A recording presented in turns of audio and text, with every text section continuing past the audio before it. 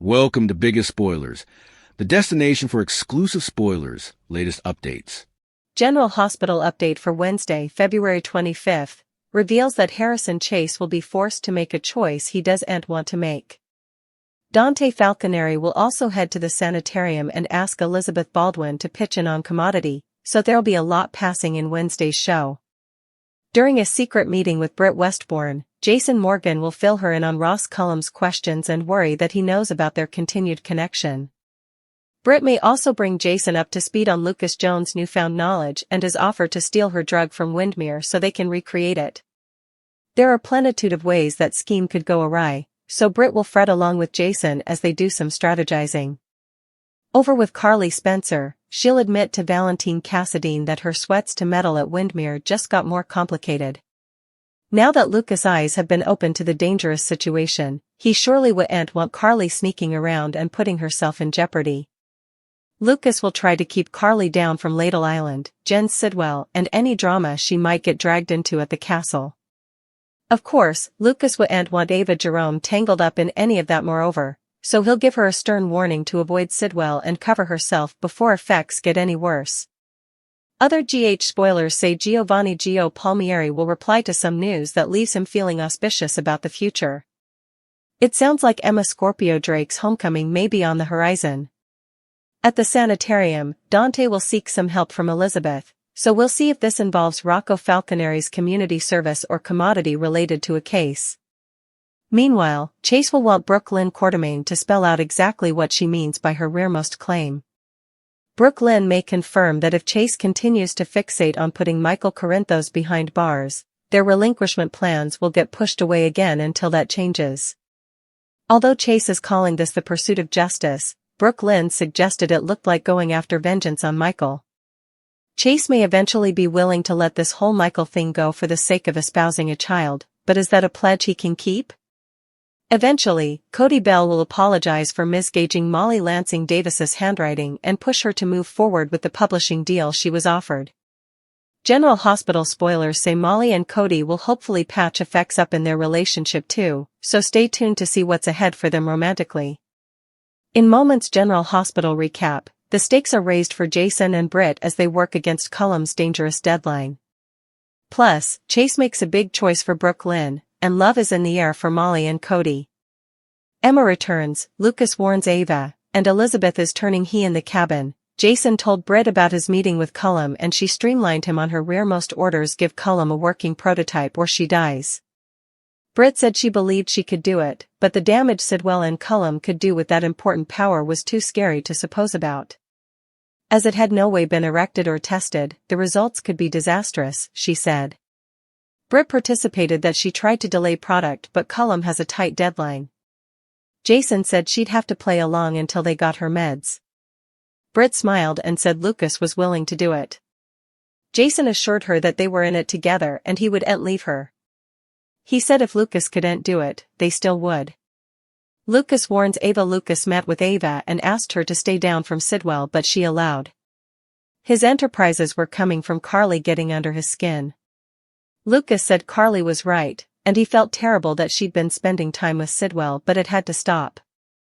Ava wasn't too concerned and blew off Lucas fretting and said she knew how to handle a man like Jens. Brook Lynn's ultimatum at home. Chase couldn't believe Brook Lynn was giving him an claim about choosing to borrow or continue on as a justice candidate, and failed to see how he was doing anything wrong. Brook Lynn wanted to know why Chase stayed on at the force after his reduction, and if it was only to go after Michael. He claimed he was each about the justice and the data. Brook Lynn said Chase's conduct spoke volumes, and it was if he allowed justice wouldn't prevail without him moving it forward. She said he sounded like a nemesis against Michael. Brook Lynn bothered that Chase would lose sight of having their family.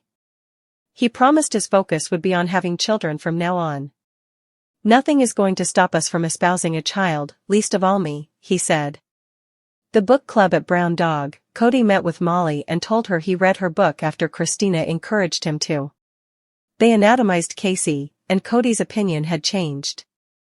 Cody told Molly that if she was holding back from publishing her book because of him, it would be a real shame because it was good and people merited to read it. Molly was pleased when she realized how important attention Cody had paid to the details of her book. When she realized he joined a book club and read Pride and Prejudice, she was charmed. When Cody went to leave, she stopped him. Molly ran over and planted a big kiss on him.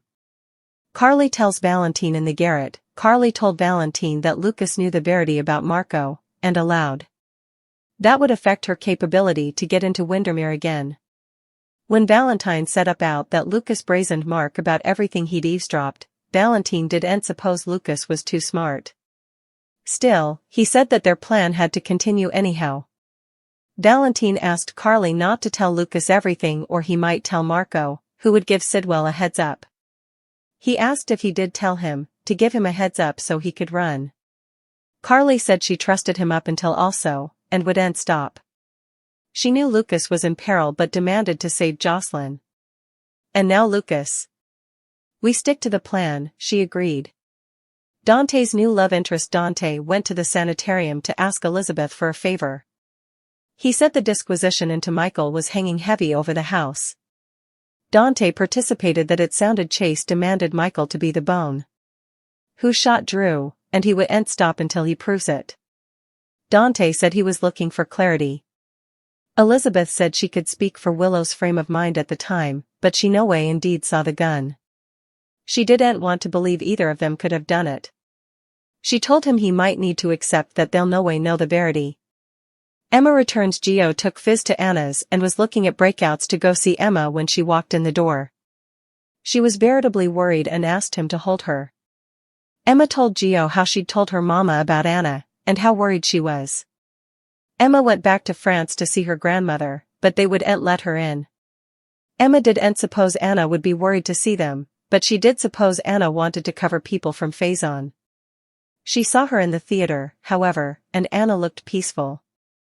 Noting that her mama sounded to need her further than her grandmother at the moment, Emma suggested going back to Berkeley. Gio asked about long distance, and also said if he was overpassing, he'd move out there with her. Emma said all she wanted was to be with him, and she indeed took an earlier flight than she'd had reserved. Gio showed her how he was reserving a flight for the coming day to see her, too. You're the stylish, most magical thing, the most surprising thing that ever happened to me, Gio said with a big smile. He and Emma told one another how in love they were. On General Hospital, Wednesday's storm didn't arrive with thunder rolling over Port Charles. It crept in through whispered ultimatums, desperate bargains, and promises made under pressure, promises that sounded noble in the moment but carried the weight of consequences no one was ready to face. At the center of it all stood Brook Lynn Quartermain, her heart fixed on one dream and her patience finally worn thin. Across from her was the man she loved, Harrison Chase, a cop torn between the badge that defined him and the family he claimed to want more than anything. What began as a conversation about adoption became something far more intense, a reckoning, a baptism by fire that demanded sacrifice. Brook Lynn had spent months convincing herself that she understood Chase's sense of duty. She knew he had been demoted. She knew pride had been bruised. She even understood his relentless pursuit of justice in the shooting that had shattered so many lives. But as his investigation into Michael Corinthos deepened, it no longer looked like justice to her. It looked personal. It looked obsessive. It looked like revenge disguised as righteousness. And she refused to let their future be collateral damage in a war Chase might never win. The ultimatum wasn't delivered with cruelty. It was delivered with heartbreak. If Chase continued to fixate on taking Michael down, if he allowed this case to consume every ounce of his energy, then their adoption plans would once again be postponed. Not cancelled, she clarified, but delayed until he could prove his heart was truly in it. She needed more than words. She needed commitment. She needed to know that when they brought a child into their home, that child would not compete with an endless crusade. Chase bristled at the implication. He insisted he was pursuing facts, not vengeance. He reminded her that justice doesn't function on convenience. But Brook Lynn countered with quiet fury. If justice required sacrificing their family before it even began, then perhaps his priorities were misplaced. Her voice trembled as she asked him why he had stayed on the force after his demotion. Was it truly about service, or was it about proving something to himself by targeting Michael? The air thickened between them. Encouraging words gave way to angry threats, not threats of violence, but threats of emotional consequence. Lynn warned him she would not watch their dream of adoption slip further into the distance because he refused to let go of a grudge. Chase fired back that she was asking him to compromise his integrity. She answered that integrity without balance could destroy everything. In the end, Chase made a vow that sounded resolute. He promised their focus would shift to building a family. He declared that nothing, not pride, not professional rivalry, not even Michael, would stand in the way of adoption. But promises made under ultimatum carry fragile foundations. Could he truly let the case go? Or would the urge to prove Michael's guilt resurface the moment new evidence appeared? Elsewhere in Port Charles, danger simmered beneath more clandestine dealings. In a secluded cabin, Jason Morgan and Britt Westbourne faced a different kind of impossible choice. The deadline imposed by Ross Cullum loomed like a ticking clock. Deliver a working prototype, or Britt would pay with her life. It wasn't just extortion. It was a countdown to catastrophe. Britt feared what her research could unleash in the wrong hands. Untested, unstable, potentially devastating. Yet refusal wasn't an option. Jason's steady presence offered her the only comfort she could grasp. He assured her they would outmaneuver Cullum, that she wouldn't face this alone. But even he couldn't ignore the risk. If they played along too convincingly, they might unleash something irreversible. If they stalled too long, Cullum might make good on his threat. Complicating matters further was Lucas Jones, whose newfound knowledge placed him squarely in danger. Lucas had offered to retrieve Britt's medication from Windmere so she could replicate her formula. A risky maneuver, considering the fortress-like grip of those controlling Spoon Island. Britt worried about the fallout. Jason strategized through clenched resolve. Every angle seemed lined with potential disaster. Meanwhile, Carly Spencer confided in Valentine Cassadine that her attempts to infiltrate Windmere had grown increasingly complicated. Lucas' awareness of the danger made her movements harder to conceal. Yet Carly's determination burned brighter than caution. She believed saving her daughter demanded bold risks. Valentine, ever calculating, urged discretion. The plan had to proceed, but carefully. Secrets layered upon secrets, alliances built on necessity rather than trust. Lucas, alarmed by the widening circle of risk, confronted Ava Jerome and urged her to distance herself from Jen Sidwell before the web tightened further. Ava dismissed his warnings with characteristic confidence. She claimed she knew how to handle men like Sidwell. Lucas saw arrogance where she saw control. His stern warning echoed with urgency, step back now, or regret it later. At the hospital, Dante Falconeri sought clarity from Elizabeth Baldwin. The investigation into Michael weighed heavily on everyone, creating fractures in households and friendships alike. Dante admitted he feared Chase was shaping the narrative to fit a conclusion he desperately wanted to reach. Elizabeth offered a sobering reminder, sometimes the truth remains elusive. Sometimes closure never arrives. Perhaps acceptance, not proof, was the only path forward. In a lighter corner of town, hope flickered at the Brown Dog Bar. Cody Bell approached Molly Lansing Davis with humility. He admitted he had misjudged her manuscript. After reading it, really reading it, he understood its depth. He encouraged her not to let doubt or his earlier skepticism stall her publishing opportunity. Molly's delight was palpable when she realized how closely he had analyzed her work, even joining a book club and diving into Pride and Prejudice to broaden his perspective. The gesture melted her defenses. She ran after him and sealed her gratitude with a spontaneous kiss, signaling that romance, at least for them, was blooming rather than fracturing. And then there was the next generation. Emma Scorpio Drake returned unexpectedly, emotional and seeking solace in Giovanni Palmieri's arms. Family tensions and protective instincts had driven her home. Gio responded not with hesitation but with devotion, offering to follow her wherever she needed to be. Their declarations of love rang with youthful sincerity, a reminder that amid ultimatums and vendettas, pure affection still had a place in Port Charles. Yet even as romance blossomed for some, the echo of Brook Lynn's ultimatum lingered. Adoption is not merely paperwork and interviews.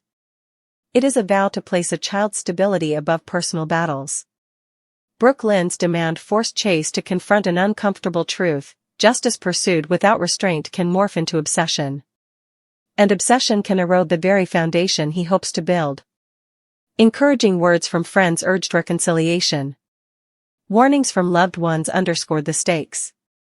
Angry threats, spoken and unspoken, hung in the air like storm clouds. If Chase breaks his promise and returns to targeting Michael with renewed intensity, he risks more than professional backlash. He risks Brook Lynn's trust.